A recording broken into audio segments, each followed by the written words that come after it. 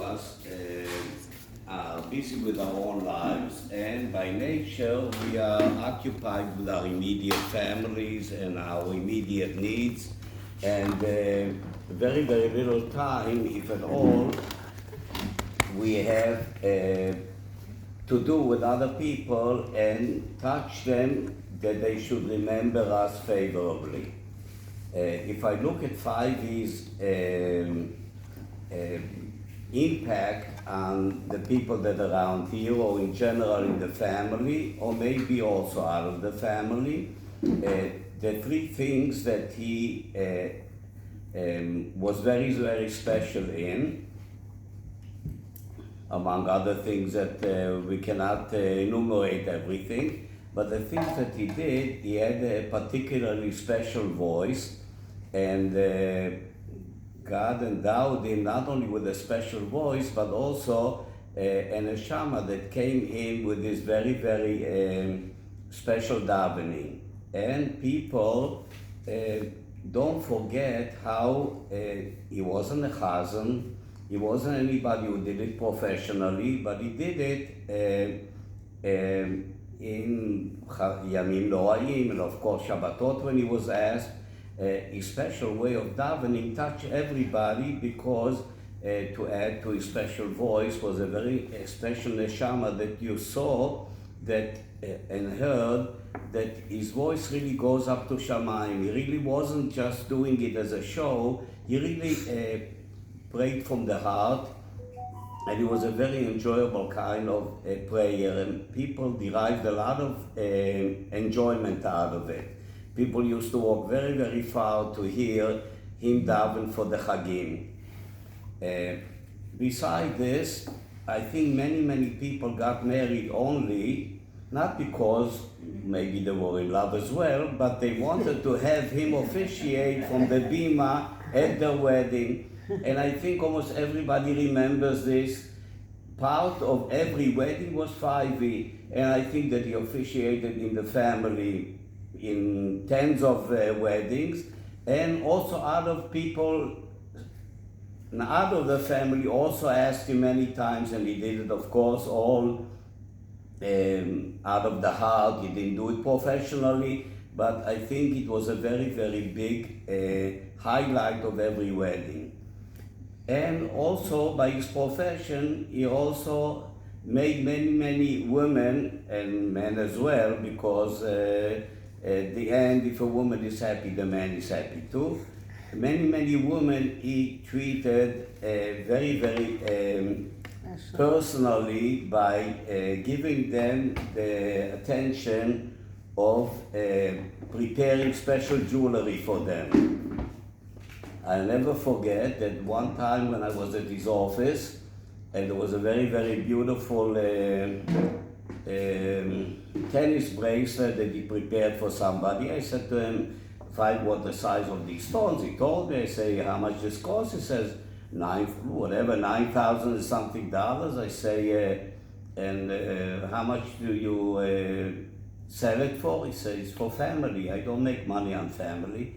And I said, fine, you have 6 children, Baruch Hashem, you have to make a living. He says, God sent it to me from other places, on family I don't make money.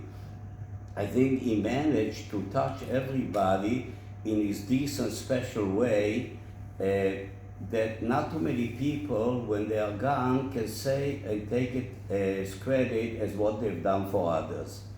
The little experience that I had with him throughout the years, and we used to speak 2-3 times a week, he started after he got married, when he was in his 30s. At the beginning he was in the gold business, together with a friend of his, Dave Newberg, and they basically went around to all kind of towns in the New England area, and they used to buy a scrap gold, and after that sell it on the smelt it. And at that time gold went up from like $300 an ounce to $500, so a lot of people took the scrap gold and cashed it in, and that he did for a couple of years till it wasn't a business anymore, and then he went into the diamond business.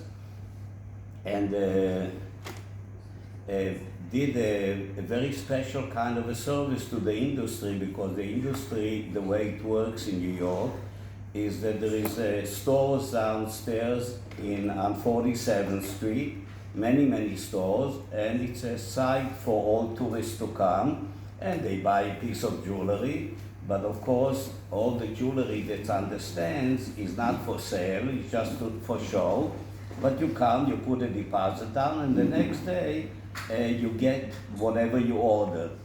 And 5V was the place where many of these stores called upon to serve whatever they needed. If they needed a carat stone or 2.5 carat stones for earrings, or whatever they needed, they called him, and he ran around in the street to pick up the goods and service these stores, and he did it many years to bring parnasa for his family. At the beginning of the new century, 2005, for the first time we started working with a Russian partner. For 3.5 years we worked with them. Every 2 months we used to meet in Moscow. He came in from New York, I came in from Israel, and we were there for 5 days, from Sunday when we took off till Thursday, to meet the partners. The factory was somewhere on the northern part of Russia. It was a 2.5-hour flight. It was called Severodvinsk, a little town. We used to fly into Arhangelsk. From Arhangelsk there was a truck for an hour that took us, because in the winter time it was like 60 below the weather. Only trucks could go on those icy roads, till we came to Severodvinsk. And Severodvinsk was like a closed place where they used to manufacture submarines, and it was closed. We needed special permits to get in, army permits to get in there, to go over the bridge. And there we spent 4 days while we were there to look over the goods, and we had a factory that we were partners with them for those 3.5 years that we worked with them. That was just regular business. It's not important, the business part I don't want to talk about, because we did very nicely those years. The lady that was in charge of that little factory had a very special relationship with him, and even though there were many big diamond companies that wanted to get this in with this factory, because we got diamonds at like first hands from the mines, but nobody could get in. And the reason was, after we were there one time, the second time there was some strike in Moscow, and they weren't able to get salaries for the 80 workers that were in the plant. They didn't have salaries. So this Elena, who was the manager, called up 5V, and she says, Philip, maybe you can help me. I have a problem. I don't get salary for the workers, and I'm going to lose them. These people depend on it. In Severodvinsk, you work 9 months, and 3 months you have off. Like, that's the benefit you get in Russia for living in places which are not livable places. This was a place, not a normal place, Severodvinsk. And he sent her 1 month in war, 1.5 months, $164,000. I said, 5V, you'll never see her and you'll never see the money. But of course she came through in big time, and from then on she felt such allegiance. She says, there's only one Philip.